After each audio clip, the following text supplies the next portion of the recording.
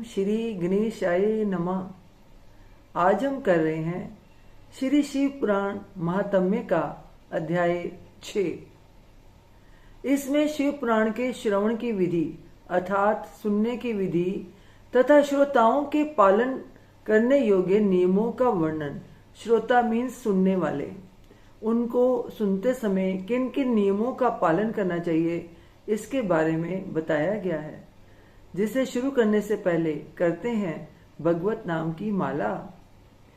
ओम नमः शिवाय, शिव जी सदा सहाय। ओम नमः शिवाय, शिव जी सदा सहाय। ओम नमः शिवाय, शिव जी सदा सहाय। शौनक जी कहते हैं, महाप्राज्ञ व्यास शिष्य सूत जी, आपको नमस्कार है।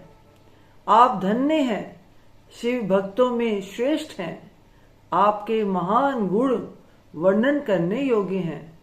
अब आप कल्याणमय शिव पुराण के श्रवण की विधि बतलाइए, जिससे सभी श्रोताओं को संपूर्ण उत्तम फल की प्राप्ति हो सके। सूत जी ने कहा, मुने शौनक, अब मैं तुम्हें संपूर्ण फल की प्राप्ति के लिए शिव पुराण के श्रवण की विधि बता रहा हूं। पहले किसी ज्योतिषी को बुलाकर दान मान से संतुष्ट करके अपने सहयोगी लोगों के साथ बैठकर बिना किसी विघ्न बाधा के कथा की समाप्ति होने के उद्देश्य से शुद्ध मुहूर्त का अनुसंधान कराएं और प्रयत्न पूर्वक देश देश में स्थान स्थान पर यह संदेश भेजें कि हमारे यहाँ शिव पुराण की कथा होने वाली है। अपने कल्याण की इच्छा रखने वाले लोगों को उसे सुनने के लिए अवश्य पधारना चाहिए। कुछ लोग भगवान श्री हरि की कथा से बहुत दूर पड़ गए हैं। कितने ही स्त्री शूद्र आदि भगवान शंकर के कथा कीर्तन से वंचित रहते हैं। उन सबको भी सूचना हो जाए, ऐसा प्रबंध करना चाहिए।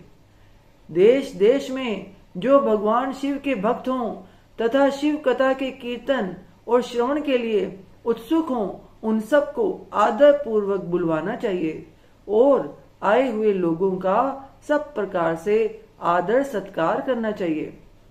शिव मंदिर में, तीर्थ में, वन प्रांत में अथवा घर में शिव पुराण की कथा सुनने के लिए उत्तम स्थान का निर्माण करना चाहिए।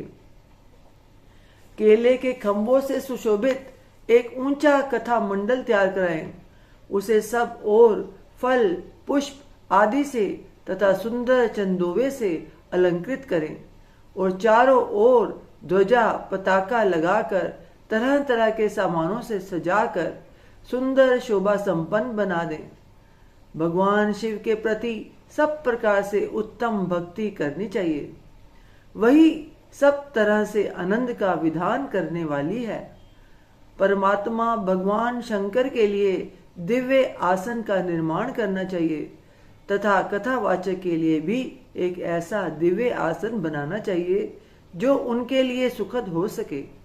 मुने, नियम पूर्वक कथा सुनने वाले श्रोताओं के लिए भी यथा योग्य सुंदर स्थानों की व्यवस्था करनी चाहिए। अन्य लोगों के लिए साधारण स्थान ही रखने चाहिए, जिसके लिए मुख से निकली हुई वाणी देहधारियों के लिए कामधेनु के समान अभिष्ट फल देने वाली होती है। उस पुराण वेता विद्वान वक्ता के प्रति तुच्छ बुद्धि कभी नहीं करनी चाहिए। वक्ता अर्थात सुनाने वाला। संसार में जन्म तथा गुणों के कारण बहुत से गुरु होते हैं, परंतु उन सब में पुराणों का ज्ञाता विद्वान ही परम गुरु माना गया है। पुराण वेता पवित्र, दक्ष, शांत, ईर्ष्या पर विजय पाने वाला, साधु और दयालु होना चाहिए। ऐसा प्रवचन कुशल विद्वान इस पुण्यमयी कथा को कहे। सूर्योदय से आरंभ करके 3:30 पहर तक उत्तम बुद्धि वाले विद्वान पुरुष को शिव पुराण की कथा सम्यक रीति से बांचनी चाहिए। मध्याह्न काल में 2 घड़ी तक कथा बंद रखनी चाहिए, जिससे कथा कीर्तन से अवकाश पाकर लोग मल मूत्र का त्याग कर सकें। कथा प्रारंभ के दिन से एक दिन पहले व्रत ग्रहण करने के लिए वक्ता को शोर करा लेना चाहिए। जिन दिनों कथा हो रही हो उन दिनों प्रयत्न पूर्वक प्रातः काल का सारा नित्य कर्म संक्षेप से ही कर लेना चाहिए। वक्ता के पास उसकी सहायता के लिए एक दूसरा वैसा ही विद्वान स्थापित करना चाहिए, वह भी सब प्रकार के संशयों को निवृत्त करने में समर्थ और लोगों को समझाने में कुशल हो। कथा में आने वाले विघ्नों की निवृत्ति के लिए गणेश जी का पूजन करें।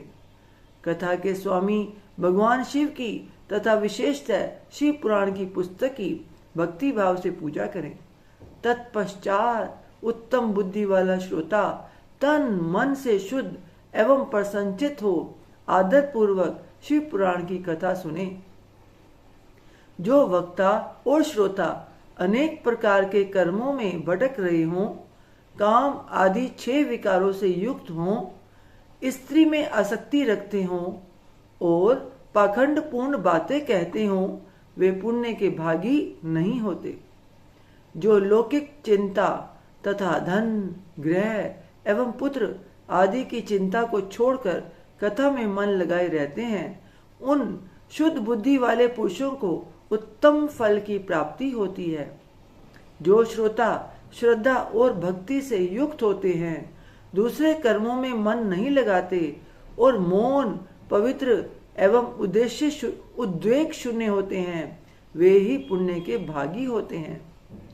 सूत जी बोले, शौनक, अब शिव पुराण सुनने का व्रत लेने वाले पुरुषों के लिए जो नियम है उन्हें भक्ति पूर्वक सुनो।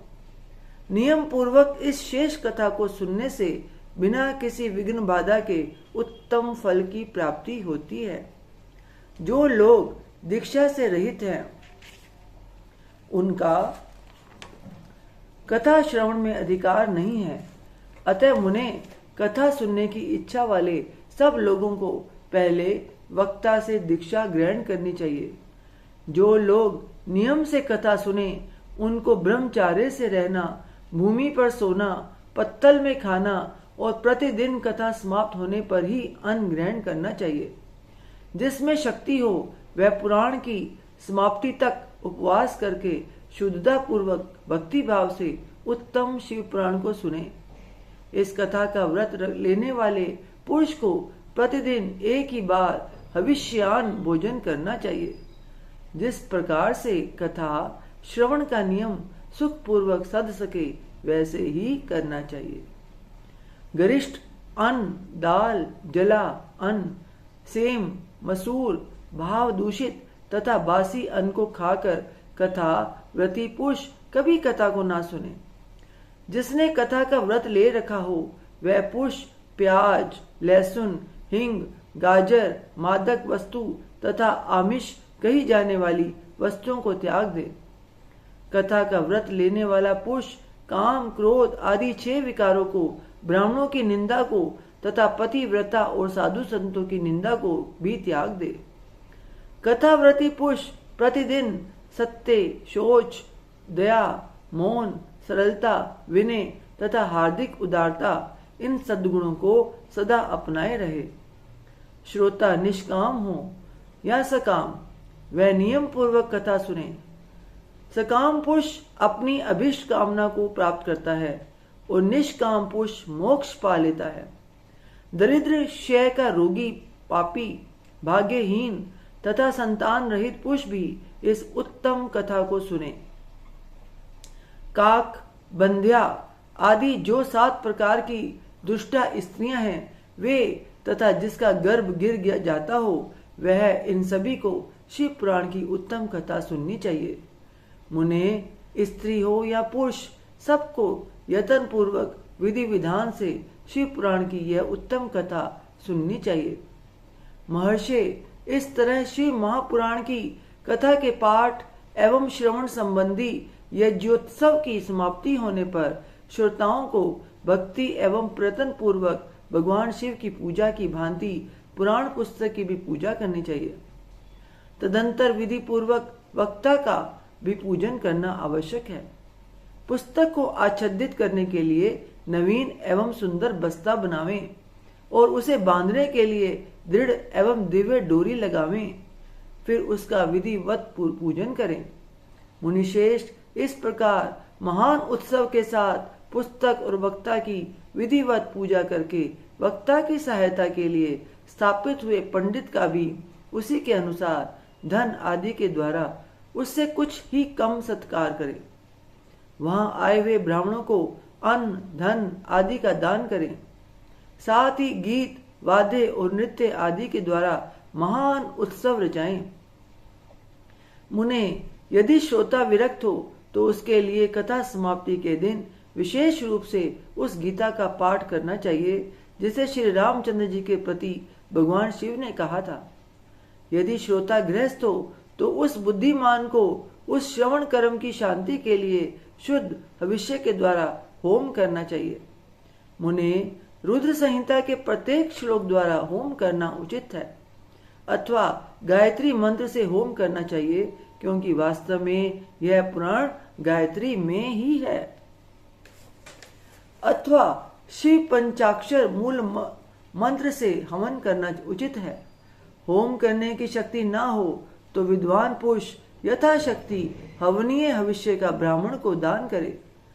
न्यूनातिरिक्तता रूप दोष की शांति के लिए भक्ति पूर्वक शिव सहस्त्र नाम का पाठ अथवा श्रवण करें। इससे सब कुछ सफल होता है, इसमें संशय नहीं है, क्योंकि तीनों लोकों में उससे बढ़कर कोई वस्तु नहीं है। कथा श्रवण संबंधी व्रत की पूर्णता की सिद्धि के लिए 11 ब्राह्मणों को मधु मिश्रित खीर भोजन कराएं और उन्हें दक्षिणा दें। मुने, यदि शक्ति हो तो 3 तोले सोने का एक सुंदर सिंहासन बनवाएं और उस पर उत्तम अक्षरों में लिखी अथवा लिखाई हुई शिव पुराण की पोथी विधि पूर्वक स्थापित करें। तत्पश्चात पुरुष उसकी आह्वान आदि विधि उपचारों से पूजा करके दक्षिणा चढ़ाए। फिर जितेंद्रिय आचार्य का वस्त्र आभूषण एवं गंध आदि से पूजन करके दक्षिणा सहित वह पुस्तक उन्हें समर्पित कर दे। उत्तम बुद्धि वाला श्रोता इस प्रकार भगवान शिव के संतोष के लिए पुस्तक का दान करे। शौनक, इस पुराण के उस दान के प्रभाव से भगवान शिव का अनुग्रह पाकर पुरुष भवबंधन से मुक्त हो जाता है। इस तरह विधि विधान का पालन करने पर श्री संपन्न शिव पुराण संपूर्ण फल को देने वाला तथा भोग और मोक्ष का दाता होता है। मुने, शिव पुराण का वह सारा महात्म्य जो संपूर्ण अभिष्ट को देने वाला है, मैंने तुम्हें क्या सुनाया। अब और क्या सुनना चाहते हो? श्रीमान, शिव पुराण समस्त पुराणों के भाल का तिलक माना गया है। यह भगवान शिव को अत्यंत प्रिय, रमणीय तथा भव रोग का निवारण करने वाला है। जो सदा भगवान शिव का ध्यान करते हैं, जिनकी वाणी शिव के गुणों की स्तुति करती है और जिनके दोनों कान उनकी कथा सुनते हैं, इस जीव जगत में उन्हीं का जन्म लेना सफल है। वे निश्चय ही संसार सागर से पार हो जाते हैं। भिन्न भिन्न प्रकार के समस्त गुण जिनके सच्चिदानंदमय स्वरूप का कभी स्पर्श नहीं करते, जो अपनी महिमा से जगत के बाहर और भीतर भासमान है तथा जो मन के बाहर और भीतर वाणी एवं मनोवृत्ति रूप में प्रकाशित होते हैं, उन अनंत अनंत घन रूप परम शिव की मैं शरण लेता हूं। इति अध्याय 6 और 7। ओम तत्सत। श्रीमन नारायण नारायण हरि हरि, भजमन नारायण नारायण हरि हरि। ओम नमः शिवाय, शिवजी सदा सहाय। ओम नमः शिवाय, शिवजी सदा सहाय। ओम नमः शिवाय, शिवजी सदा सहाय। ओम नमः शिवाय, शिवजी सदा सहाय। हे ईश्वर, आपकी बच्ची से आपकी पूजा अर्चना करने में, कथा उच्चारण में कोई गलती हो गई हो तो अज्ञानी समझकर क्षमा कीजिएगा। अपना आशीर्वाद भरा हाथ, अपनी कृपा दृष्टि हमेशा हम सब पर बनाए रखिए। बोल सांचे दरबार की जय। जयकारा शेरा वालिदा। बोल सांचे दरबार की जय। जयकारे वाले नु मिठिया मुरादा। बोल सांचे दरबार की जय।